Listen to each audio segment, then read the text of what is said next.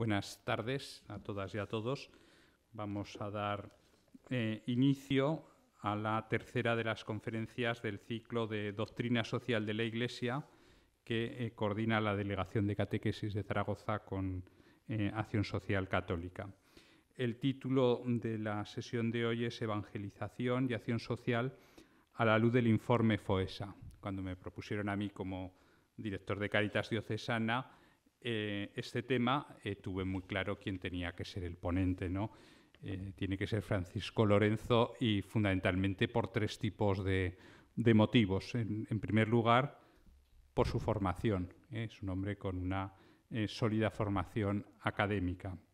Él inicialmente se diplomó en Trabajo Social por la Universidad Pontificia de Comillas.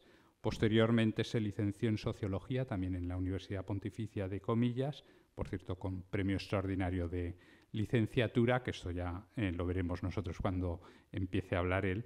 Y luego se doctoró también en Psicología, ya en la UNED, en la Facultad de Ciencias Políticas y de Sociología de la UNED. Es decir, que es un hombre con una sólida formación.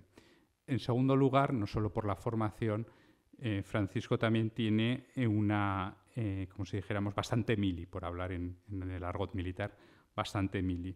Es una persona que tuvo 8 años de experiencia como trabajador social en el mundo de la drogodependencia con personas sin hogar.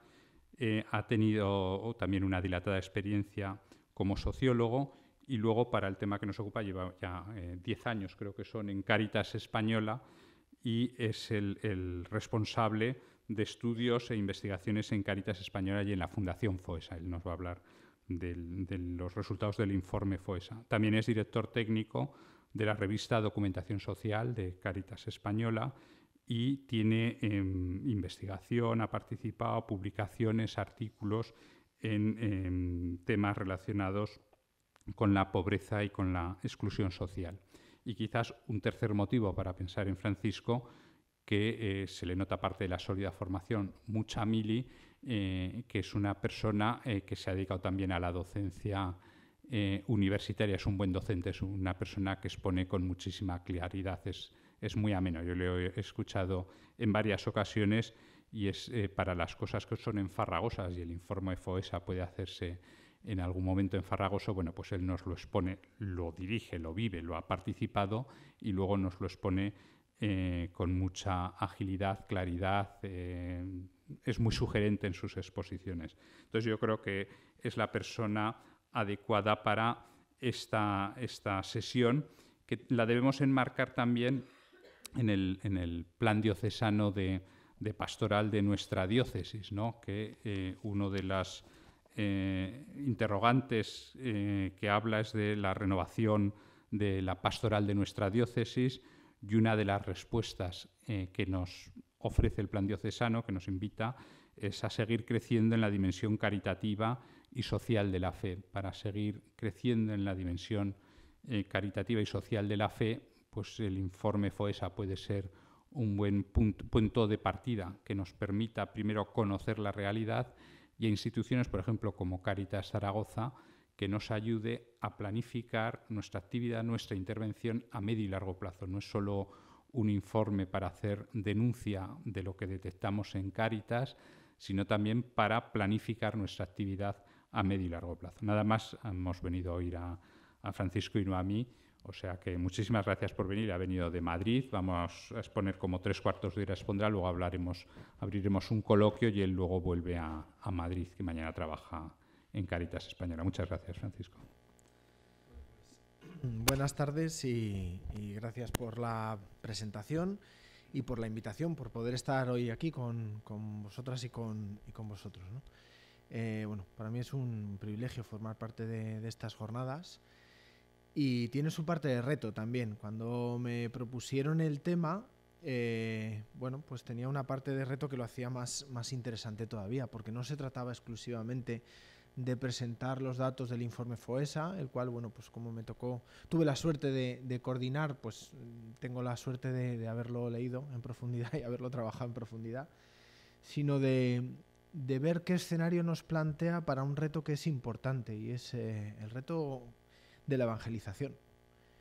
Y en ese sentido, la lectura de ambas perspectivas pues nos pone en una situación, bueno, a mí me ha hecho trabajar, me ha hecho pensar, me ha supuesto no solamente tratar de dar una serie de datos más o menos fiables, muy fiables diría yo, sino tratar de entender en qué sociedad estamos hoy saliendo a disponer la batalla, ¿no? Como David, cuando se enfrenta a los filisteos y de entre ellos pues aparece Goliat, ¿no? Y cuando en un contexto tan complejo, tan difícil, tan adverso, pues surge una pregunta que a mí me surge y probablemente a vosotros y a vosotras os surja periódicamente, ¿no? Y es cuando nos tenemos que enfrentar con un gigante en un contexto en contra, ¿para qué salimos a disponer esta batalla? ¿Para qué salimos día a día a disponer esta batalla como creyentes, como personas con una ética, que creen un estilo de vida y que le gusta o le gustaría participar en la construcción de un mundo concreto, ¿no? Quizás esa es la pregunta. ¿Para qué salimos a construir la batalla con la cantidad de elementos en contra que tenemos? O esa es la sensación que tenemos a veces, ¿no? Bueno, voy a tratar de... hasta que me familiarice con esto, ¿verdad? Ahí. Bueno, voy a tratar de dar algunas pinceladas de lo que es el modelo de sociedad en el que vivimos, el modelo de sociedad que de alguna forma también estamos construyendo, ¿no? Y ahí recurriré a alguna información del informe FOESA. Pero quiero leer también, quiero hacer esta lectura interpretativa de la sociedad recurriendo a un documento que me parece especialmente valioso y especialmente atrevido, ¿no? Que es la carta pastoral de los obispos del 24-25 de abril del año pasado, ¿verdad? De Ávila, que yo creo que la lectura de ambos documentos, por decirlo de alguna forma, informe sociológico, puramente sociológico, y esta carta, pues sí que nos plantea retos, como sociedad. Preguntas, quizá nos plantea una visión crítica de lo ocurrido, pero lo más interesante a mi modo de ver es que nos plantea un reto autocrítico, y es como sociedad, qué preguntas debemos hacernos, qué cosas debemos cambiar y qué hemos aprendido si es que hemos aprendido algo de la crisis. Porque si no hemos aprendido nada de la crisis, no estamos preparados para la próxima, que vendrá. Seguro, porque esto de la economía, ya nos dicen los que saben de verdad de economía, que es algo cíclico, que tiene sus momentos, sus repuntes, sus ciclos, sus momentos ascendentes, sus momentos más críticos, ¿verdad? Entonces, como sociedad, ¿qué aprendizajes hemos hecho de esta situación, de esta crisis, ¿no? Bueno, el primer texto o primer fragmento de Iglesia Servidora de los Pobres, la instrucción pastoral de los obispos. En el origen de la actual crisis económica hay una crisis previa, la negación de la primacía del ser humano. Es contundente, la afirmación es atrevida, porque parece que de la crisis esto venía por el tema de las hipotecas, por el tema de la crisis internacional, porque si la economía no sé qué, ¿verdad? Por una serie de explicaciones muy técnicas a veces que se nos han escapado, que es difícil comprender, y los obispos centran el tiro o centran la mirada en otro lugar, claramente mucho más concreto y más amplio a la vez, pero más concreto, ¿no? El origen de la actual crisis económica hay una crisis previa, que es la negación de la primacía del ser humano. Y es que principalmente esta crisis, si tuviéramos que explicarla con un titular, es con que hemos puesto en el centro de nuestro proyecto social la economía. Hemos puesto la economía y su lógica. Hemos desplazado de ese lugar a la persona y a partir de ahí todo lo que ha venido a continuación es mucho más fácil de entender. Voy a tratar no solo de quedarme en afirmaciones generales, sino de ir haciendo un recorrido concreto, ¿verdad? Yo no sé por qué algunas de las imágenes no se ven. Me vais a perdonar.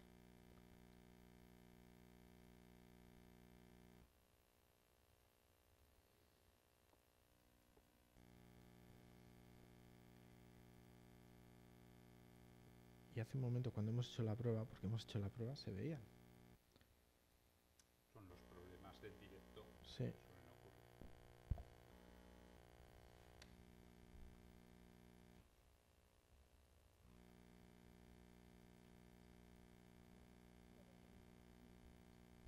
directamente ahora. Me vais a perdonar, un segundito.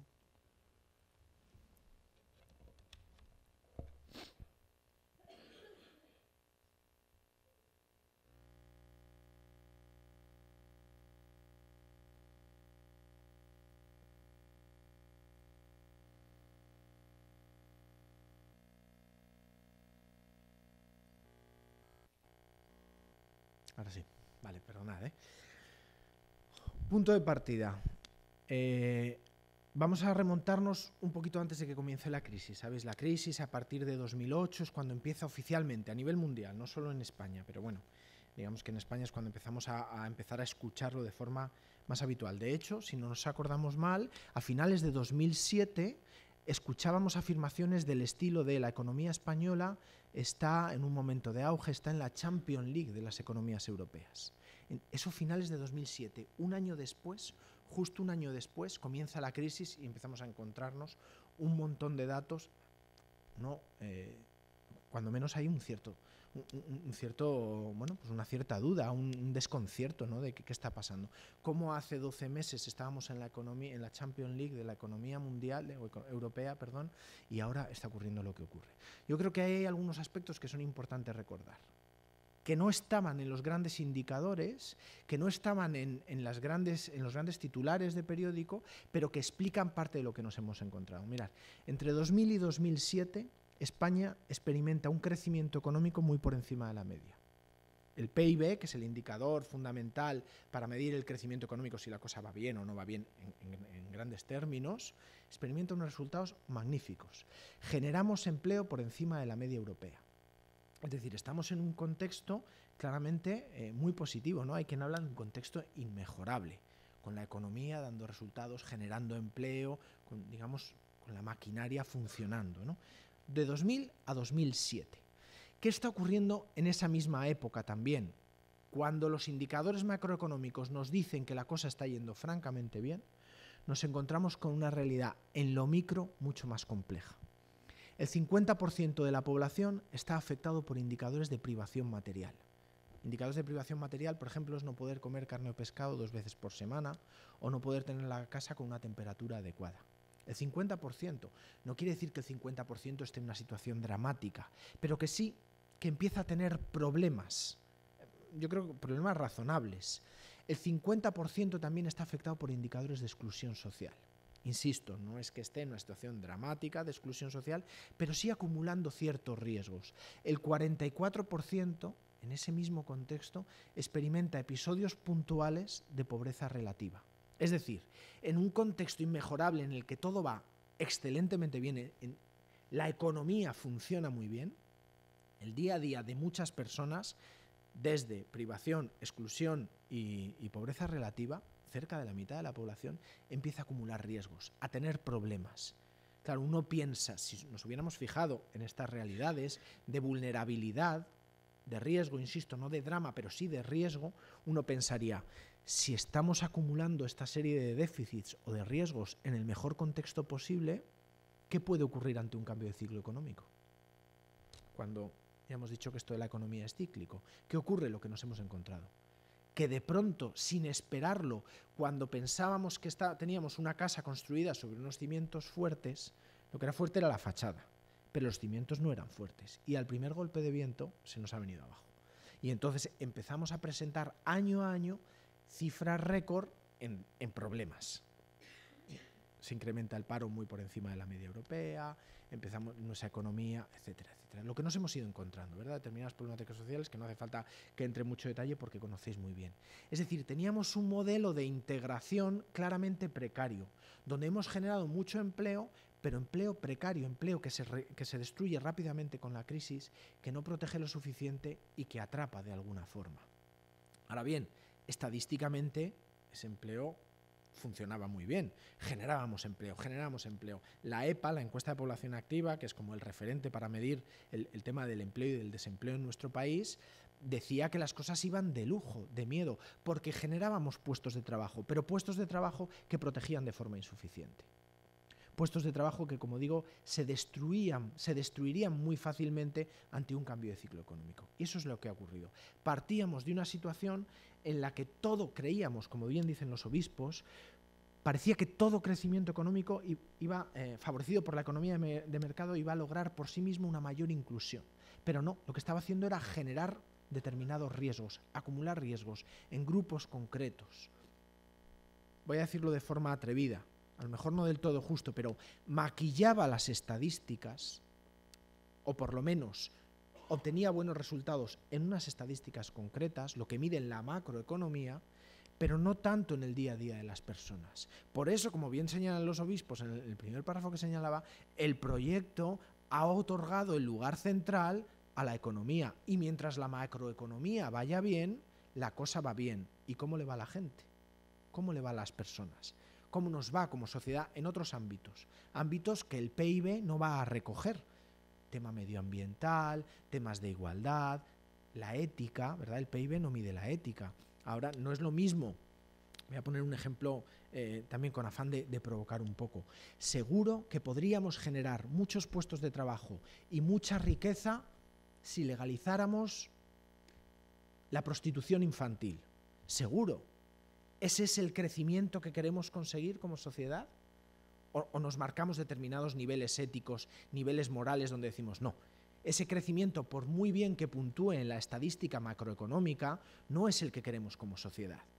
No es el que queremos, porque no es lo fundamental la economía si no va al servicio de, si no va acompañado de otra serie de elementos.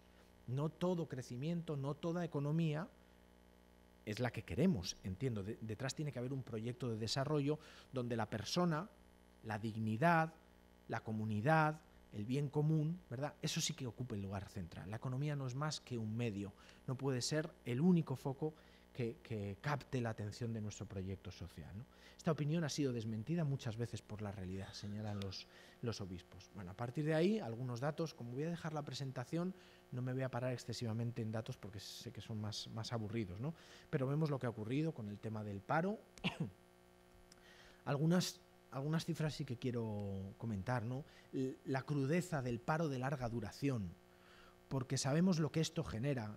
Si conocéis casos particulares de personas que lleven 1, 2, 3, 4 años en paro, sabéis lo que desgasta, no solo en términos económicos. Se agotan los recursos, probablemente si estás 3 o 4 años en paro y tienes la suerte o el derecho de tener una prestación, lo termines perdiendo. Si tienes ahorros, puede que los termines perdiendo. Me estoy poniendo en el mejor caso, que tienes derecho a prestación, que tienes unos ahorros. Si tienes un apoyo familiar, que no todo el mundo lo tiene, termines agotándolo. Oye, es que dile a tu hermano que ya no podemos más, que tampoco nos sobra a nosotros, ¿verdad? Llega un punto donde no solamente se agotan esos recursos. Cuando una persona está 3, 4 años en paro, lo que se agotan son los recursos personales. Ya no puedo salir a buscar empleo, no me quedan fuerza, no tengo ánimo, estoy en una depresión, estoy en una situación donde los propios recursos personales se agotan. Probablemente entonces, el día que a esta persona ya no le quedan fuerzas para salir a buscar empleo, probablemente encima le culpabilicemos. Claro, si no sales, ¿qué pretendes? Si no sales a buscar trabajo, ¿qué quieres? ¿Que te vengan a buscar a casa? Es decir, hay que entender que estos procesos de desgaste y de sufrimiento personal son complejos de entender hasta que no se experimentan, pero que van más allá de lo que reflejan los datos. No es que tengamos una tasa de paro de larga duración elevada y eso sea grave, es que pensemos el sufrimiento y las historias que hay detrás de cada décima, que eso es lo duro de estos datos, ¿no? La tasa de paro de menores de 25 años, un problema en el presente, un problema en el futuro, igual que la pobreza infantil. Ojo, tenemos riesgos de nuestro modelo que nos hacen prestar atención a problemas de hoy, pero si tenemos una tasa de pobreza infantil elevada y un paro juvenil elevado, estamos acumulando demasiadas papeletas, si me lo permitís, para que estos hogares dentro de unos años sigan siendo hogares pobres. Niños que nacen y viven en hogares pobres tienen muchas probabilidades de formar, cuando sean adultos, hogares también con una serie de problemas sociales. En ese sentido, ojo, que la crisis no solo ha dejado víctimas en el presente, sino riesgos también de futuro, ¿no? No todo es lo económico, Y por eso hemos tratado de medir no solo la pobreza económica, sino lo que llamamos exclusión social. Y pongo un ejemplo que se entiende muy fácil. En 2 hogares con los mismos ingresos, si en uno de ellos, por ejemplo, hay una situación fuerte de malos tratos, el día a día no es igual, ¿verdad? Es decir, hay otros ámbitos que no solo tienen que ver con lo monetario, que también, pero que no solo se reducen a eso, ¿no? Pues lo relacional, lo que tiene que ver con vivienda, educación, empleo, otra serie de aspectos que también son importantes, ¿no? Si vemos la evolución de la exclusión social, ha sido importante. Ha habido un incremento considerable. Ahí hay datos a nivel estatal y datos también específicos para Aragón. Veis que ha habido, bueno, pues un dato considerable, y es que en 2007 a nivel estatal el 50% de la población no estaba afectado por ningún indicador, el 47 y pico, no, el 50,1%. Y en cambio, en 2013, pues prácticamente solo queda limpio el 34%. Es decir, se han extendido los problemas de todo tipo, no solo económicos, ¿vale? Estos datos son de Aragón, 55.000 personas en situación de exclusión social. Hablamos de finales de 2013, principios del 14, ¿no? Y en distintos ámbitos, no solo en el empleo, que lo hemos oído mucho, lo que ha generado el empleo, sino también temas como educación, temas como sanidad, temas, bueno, distintos problemas, ¿vale? Ya digo que no me paro excesivamente. Pero ojo, aquí hay un dato importante también. La crisis ha hecho mucho daño, pero 2 de cada 3 personas en situación de exclusión social ya lo estaban. O sea, en época de crecimiento económico, 2 de cada... Es verdad que la crisis ha incrementado en un 50%. 1 de cada 3 es nuevo. No es baladí, es importante los efectos que ha tenido la crisis. Pero 2 ya estaban, 2 de cada 3. Por lo tanto, no pretendamos resolver las consecuencias de la crisis sin entender que tenemos un problema estructural, que incluso en la época económica de mayor bonanza no supimos atajar. Porque si queremos salir de la crisis, lo digo gráficamente, si queremos volver a donde estábamos, resolveríamos parte de los problemas, los nuevos, los que se han generado en estos 5, 6, 7 años, pero no resolveríamos el problema de fondo, que es un problema estructural, que incluso cuando hay crecimiento económico no se evitan determinados riesgos importantes. Quizás es la lectura más contundente de lo que se ha vivido con la crisis, porque creemos que todo problema existe ahora por la crisis, y existe mucho, y por varios motivos que comentaré. Pero tenemos un problema sistémico, profundo, estructural, que viene de fondo, ¿no? Mira, algunas cosas que se han comentado y que yo creo que es importante. La crisis ha sido un duro golpe para todo el mundo, nos ha afectado a todos por igual. Perdón, pues no es verdad, no es verdad. La crisis ha sido especialmente dura, ha sido especialmente cruel con las rentas medias y con las rentas más bajas. Si veis este gráfico, lo explico muy rápidamente. La línea marca el 0, es decir, aquellos que en 2007 tenían unos ingresos económicos y en 2013 tienen los mismos, ni han mejorado ni han empeorado, ¿vale? Y si recorremos el gráfico hacia allá, son las rentas más bajas y las rentas más altas. Si miráis el comportamiento de esta primera parte, las rentas más bajas han descendido de esa línea que marcaba el mantenerse igual. Entre 2007 y 2013, el descenso fuerte de las rentas está en este lado. Son los que han bajado del 0. Son los pobres. Las rentas medias también, si tenemos en cuenta sobre todo el factor precio, que aquí no está considerado. Es decir, te puede bajar el sueldo, pero si bajan los precios, ni lo notas. Pero si los precios se mantienen... Bueno, si incorporamos el factor precio, probablemente habría que añadir que no solamente las rentas más bajas, los más pobres han sufrido la crisis, sino también las rentas medias. Pero en la zona alta de la tabla, si me permitís la expresión, se ha notado menos la crisis. La crisis ha golpeado duramente a quien menos tenía, a los más pobres. Ha sido una crisis focalizada sobre las rentas más bajas. Y en ese sentido vemos, y no es raro, pues ver cómo ha evolucionado la tasa de hogares sin ingresos que tenemos, que entre 2008 y 2015 vemos el incremento considerable que ha tenido, ¿no? Pero hasta que no se haga efectiva en la vida de los más necesitados la mejoría de los indicadores macroeconómicos, no podremos conformarnos. Es decir, escuchamos, vivimos una etapa de una cierta recuperación en alguno de los indicadores. Y los obispos, a mi modo de ver, están muy lúcidos con esta afirmación.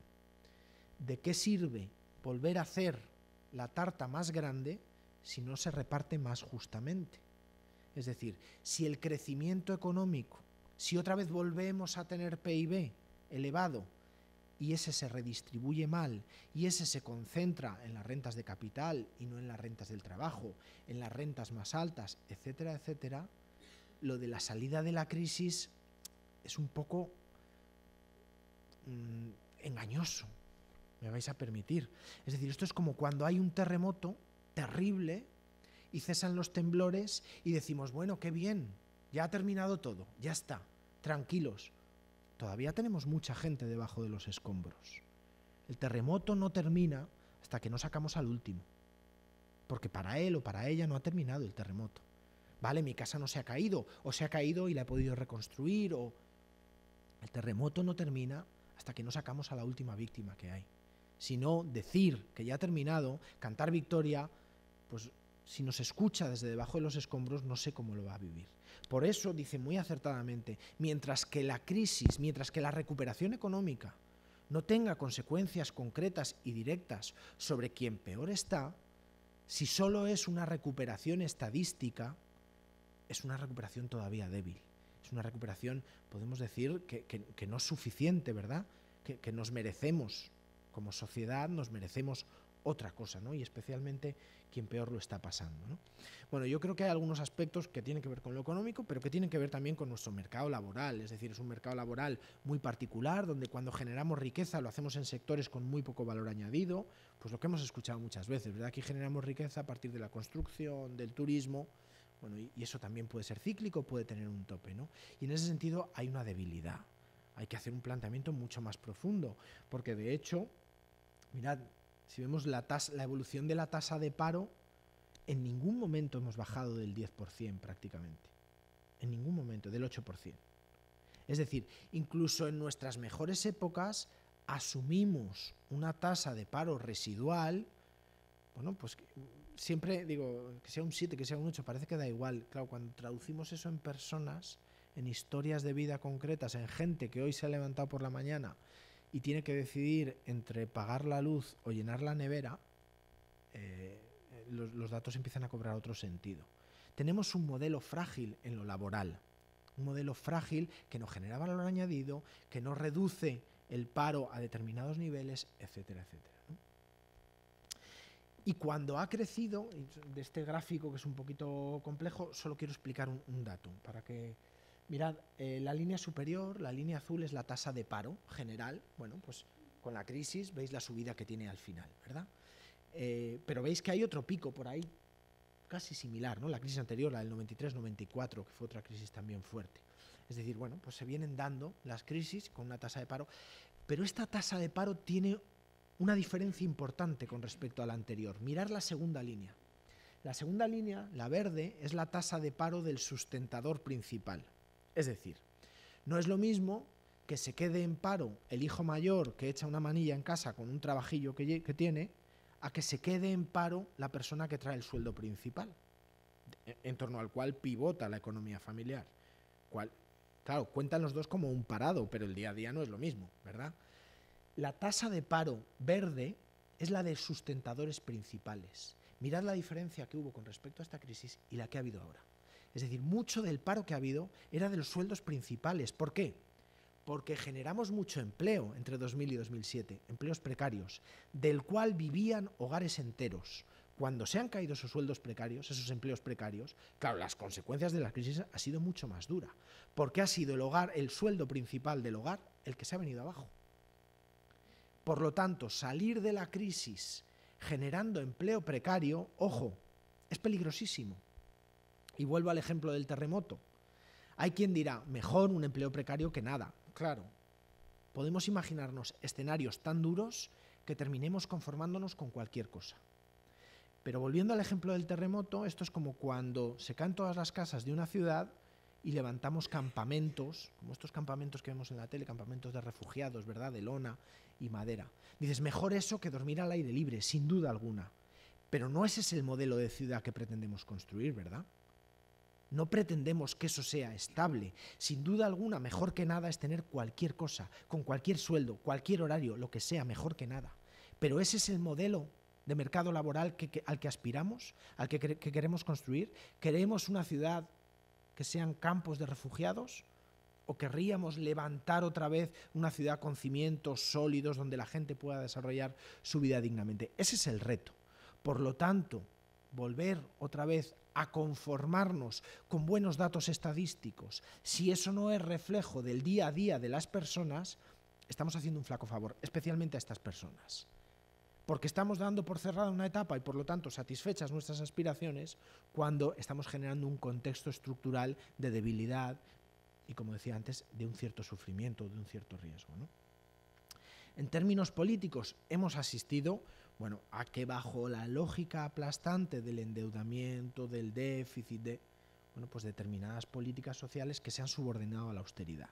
Es que la Unión Europea nos exige, yo entiendo, comparto plenamente que como sociedad tenemos el consumismo arraigado. Por lo tanto, algo de austeridad en ese sentido no nos viene mal, probablemente. Pero unos niveles de austeridad subordinados a determinadas políticas que hacen que determinados derechos fundamentales no estén garantizados empieza a ser peligroso. Esto es, trasladémoslo a la economía familiar. Yo puedo ahorrar y reducir todos los gastos, pero llega un punto en mi casa en el que si lo que tengo que decidir es alimentar o no alimentar a mi hijo, no me pueden poner en esa situación. No nos pueden poner en esa situación. Evidentemente yo tendré que prescindir de caprichos, tendré que ser menos consumista de lo que soy, tendré que hacerle entender a mi hijo que no todo vale, sin duda alguna. Sin duda alguna. Y en ese sentido puede que haya quien ha vivido por encima de sus posibilidades. Pero no lo expliquemos la crisis de ahí, es muy injusto. Porque ya hemos visto a quien ha golpeado duramente. A los más pobres. Y en ese sentido yo no puedo tomar la decisión, no la voy a tomar, de reducir, de quitarle a mi hijo lo más fundamental. Sin duda alguna. Por lo tanto, la austeridad hasta determinados niveles. Hay otros niveles que es insostenible, ¿no? Porque no es neutral, entre otras cosas, porque genera también sufrimiento, ¿no? Al final, desde una lógica, muy aplastante, lo que está cuestionando es algo más que si recortamos un presupuesto u otro. Es el proyecto por el cual apostamos. Y ahí es donde tenemos, yo creo, los obispos también lo señalan, que tenemos que ser más firmes de alguna forma. Es decir, y pongo lo del proyecto de vida en común con un ejemplo concreto. Voy mirando la hora para no pasarme. Mira, en un momento determinado se decide que no debemos trabajar hasta morir. Entonces, que llegados los 65, bueno, pues uno tiene derecho al descanso. Y dices, ya, pero esa persona con 65 va a seguir teniendo necesidades que cubrir. Bueno, pues, y si no va a trabajar, ¿de dónde obtiene los ingresos? Bueno, pues no os preocupéis. Asumimos entre todos el que esta persona, cumplidos los 65, tenga derecho a una pensión. No es lo que él sigue produciendo con su trabajo. No.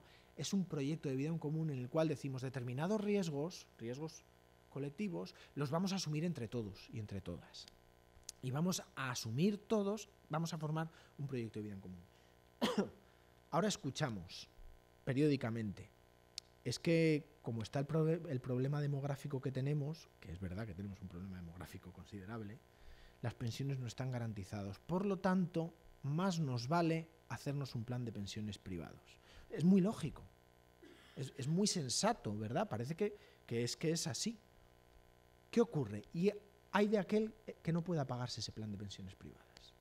El que no puede asegurarse, el que no puede enfrentar por sus propios medios determinados riesgos, está vendido. Porque lo que se ha roto es esa capacidad, o lo que se debilita, es esa capacidad de como sociedad decir, no te preocupes que no te vas a quedar solo ni sola, que ahí estamos todos.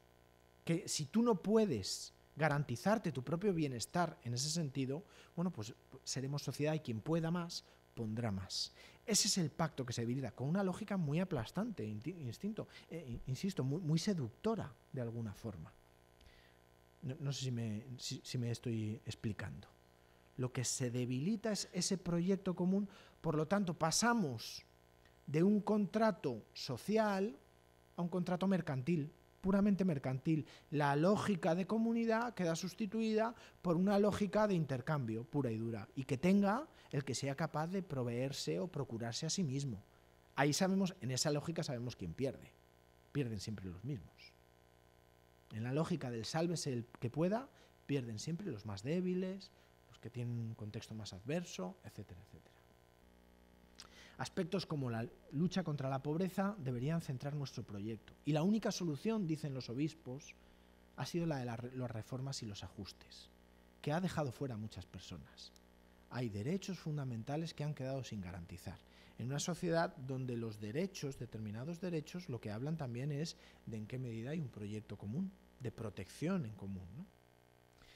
Pero, una vez mirado hacia afuera, ahora toca mirar hacia adentro, porque como sociedad no hemos estado a la altura. Y cuando digo esto, siempre hay quien se ofende, porque dice, pues yo, pues sí, claro, hay casos, y probablemente en este foro haya muchas personas que sí que han tenido en cuenta esta serie de elementos, que han tomado, pero yo creo que si no hacemos un ejercicio de autocrítica, si solo hacemos un ejercicio de crítica hacia afuera, la crisis próxima nos pilla otra vez desnudos, nos pilla desprevenidos completamente. Y pongo algunos ejemplos de nuestras debilidades, nuestras incoherencias como sociedad, ¿no? En ese sentido.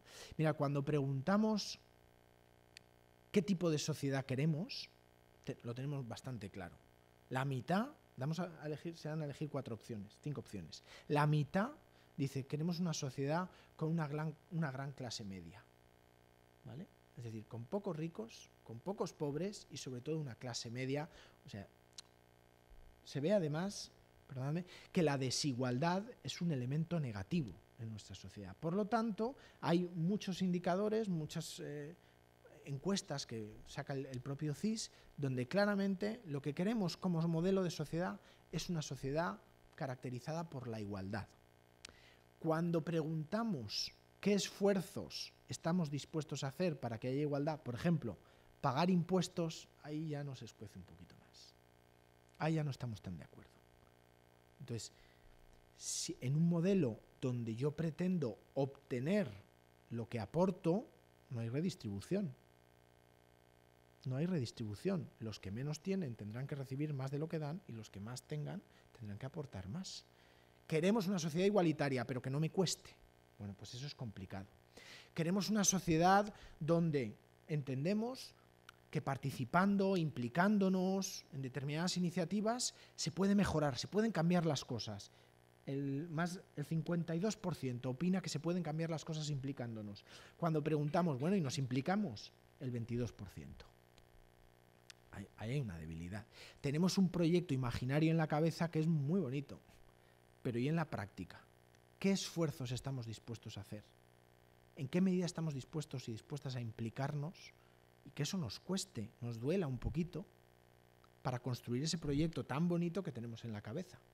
Porque si no, si tenemos buenas ideas y creemos que eso es lo que, digamos que nos sentimos solo responsables de ese proyecto imaginario, pero no nos sentimos responsables del proyecto que construimos, terminaremos echando la culpa a los de fuera. Eso es como cuando en Madrid, muy característico, llegas a un atasco con el coche. ¿Qué es lo que yo me pregunto cuando llego a un atasco? Digo, pero bueno, ¿qué hacen todos estos aquí? Lo mismo que tú, que eres parte de atasco para el que viene detrás. Es decir, si la burbuja inmobiliaria, con lo que ha supuesto en este país, de especulación, de etcétera, etcétera.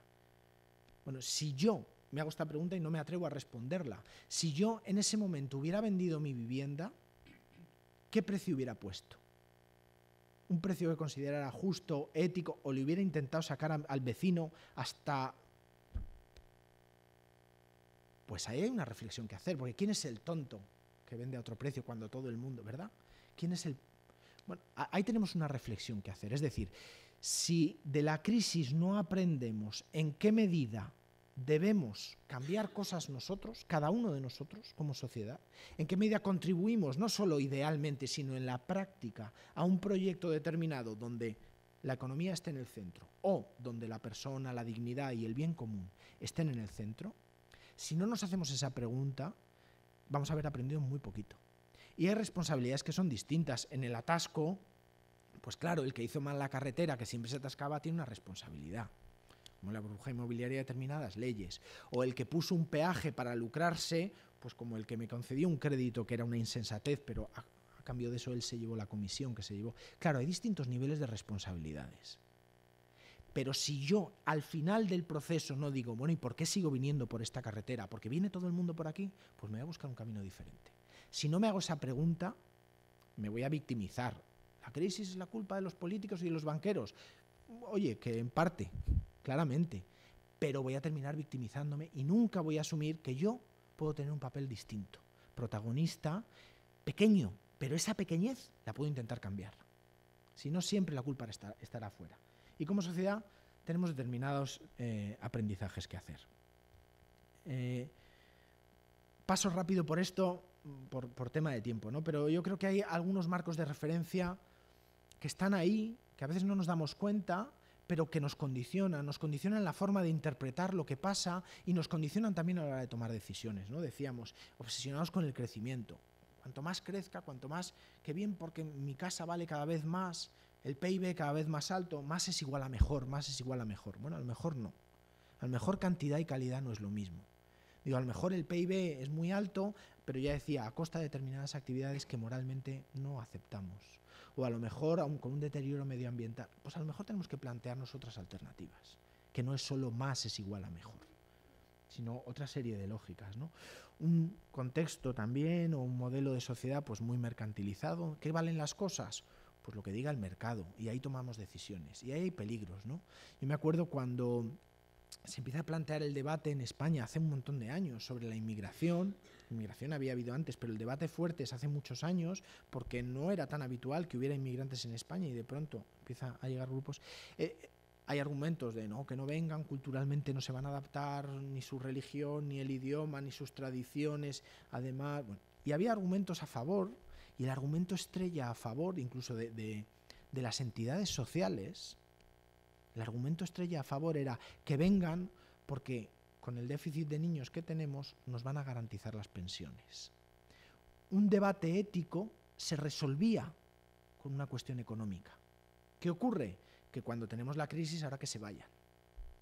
Personas, no son recursos, son personas, seres humanos, con expectativas, con proyectos, con arraigos, el mercado, la lógica de mercado es la que, incluso con buena intención, que vengan, que nos van a garantizar las pensiones.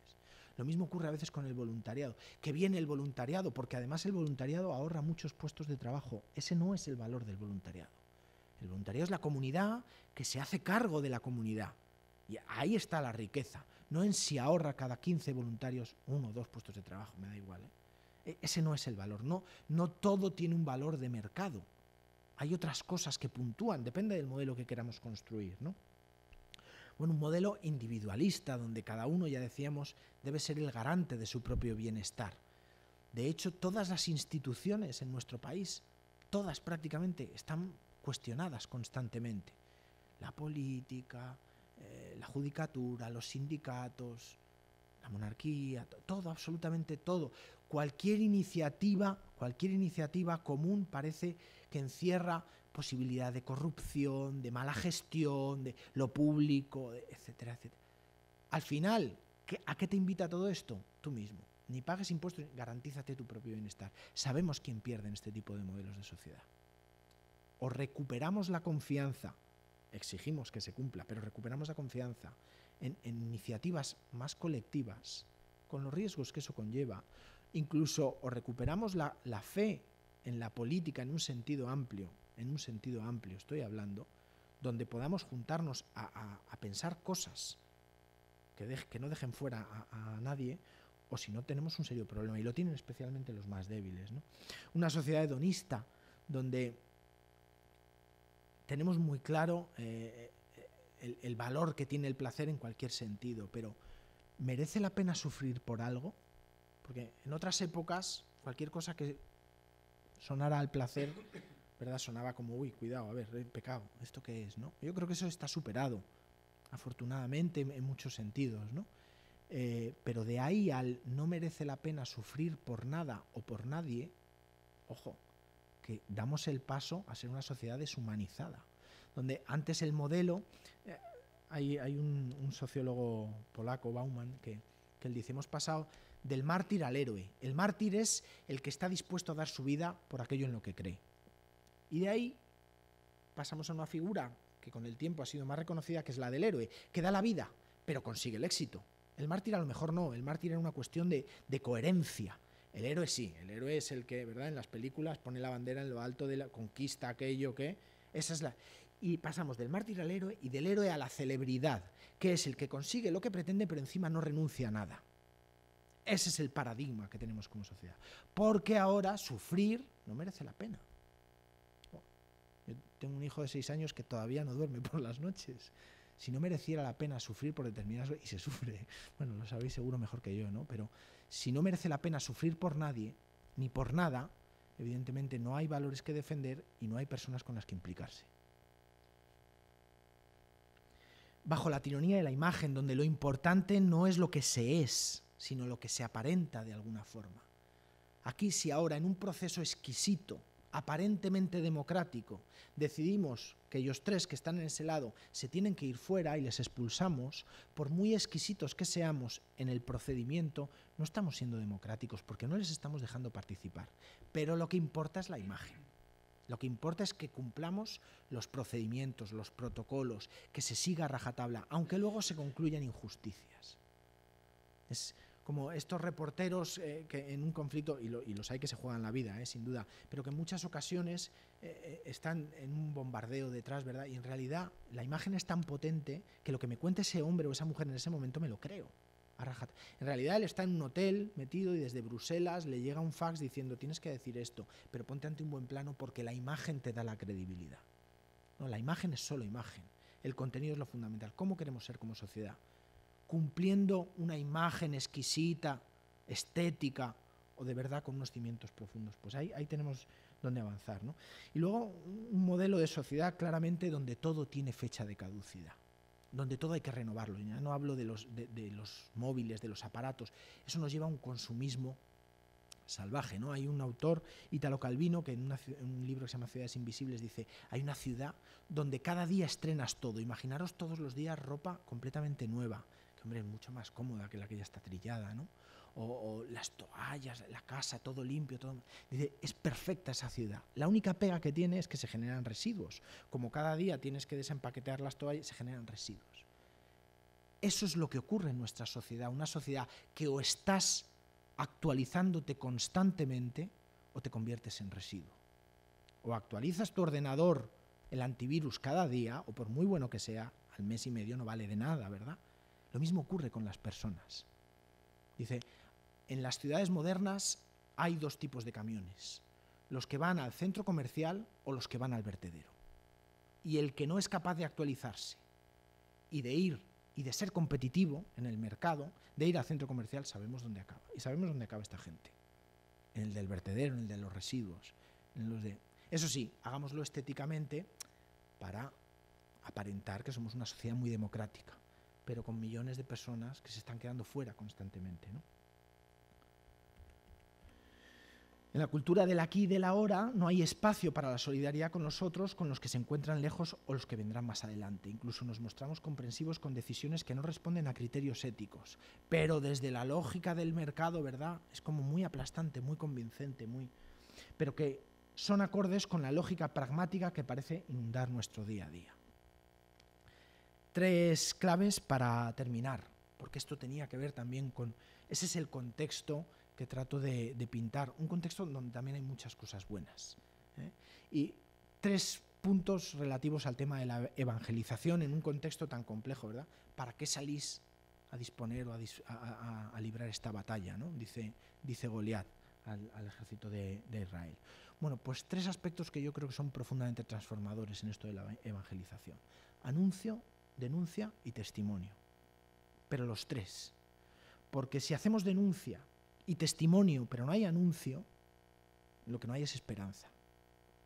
Porque si hay denuncia profética y hay anuncio, pero no hay un testimonio vital, no es creíble. Son grandes frases bonitas, estéticas, que nos pueden incluso emocionar, Pero al final lo que es transformador, profundamente transformador, es ver a alguien que en un momento determinado dijo, pues no, ahora mismo me darían tanto por mi casa, pero no es justo, no es ético y la voy a vender más barato.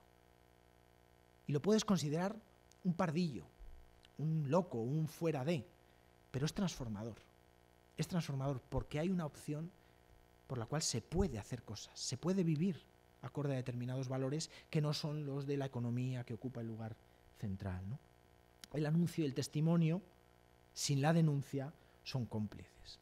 Claro, no solo se trata de decir cuánto sufre este, sino que sufre porque hay leyes que son injustas o porque determinadas personas están cometiendo injusticias con él o con ella. Desde lo que somos y desde lo que podemos llegar a ser. Yo creo que ahí tenemos un amplio recorrido, ¿no?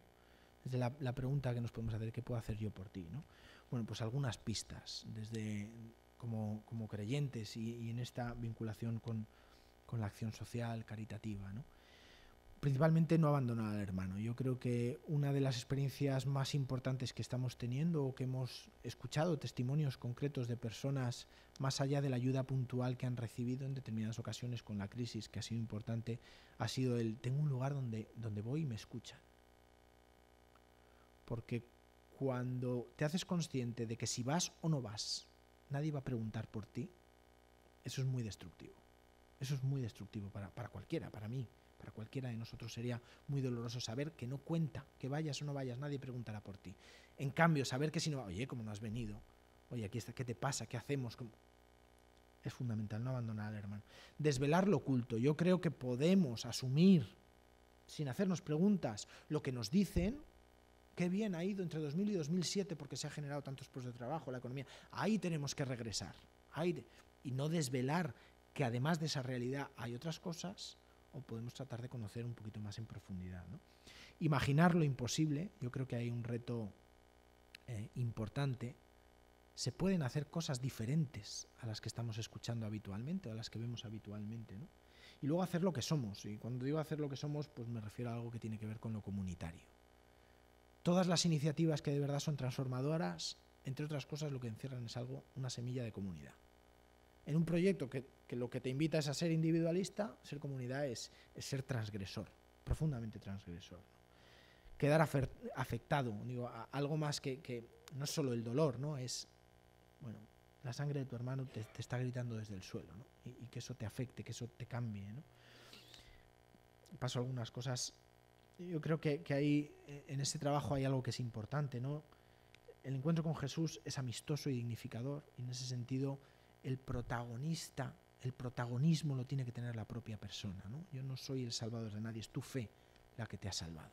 Yo lo que hago es estar y te acompaño y probablemente aprenda y tenga que cambiar mis cosas en ese contexto, ¿no?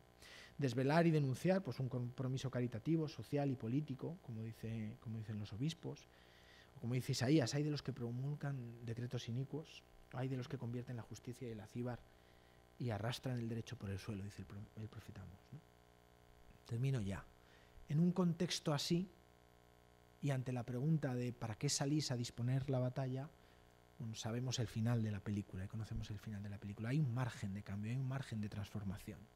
Hay un margen si somos capaces de estar con quien sufre, si somos capaces de desvelar esa realidad que muchas veces está oculta y que a veces está oculta intencionadamente, si somos capaces de denunciar lo que no es justo y somos capaces sobre todo de construir iniciativas que encierren una semilla de comunidad, porque ahí hay ruptura.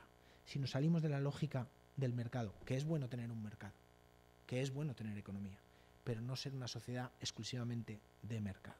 Si salimos de esa lógica y salimos de la lógica individualista y volvemos a construir una lógica más comunitaria, evidentemente hay un margen de maniobra. Metiendo David su mano en la bolsa, tomó de allí una piedra y tiró con la honda e hirió al filisteo en la frente. Y la piedra quedó clavada en la frente y cayó sobre su rostro en tierra. Y así venció David al filisteo con honda y piedra. Muchas gracias.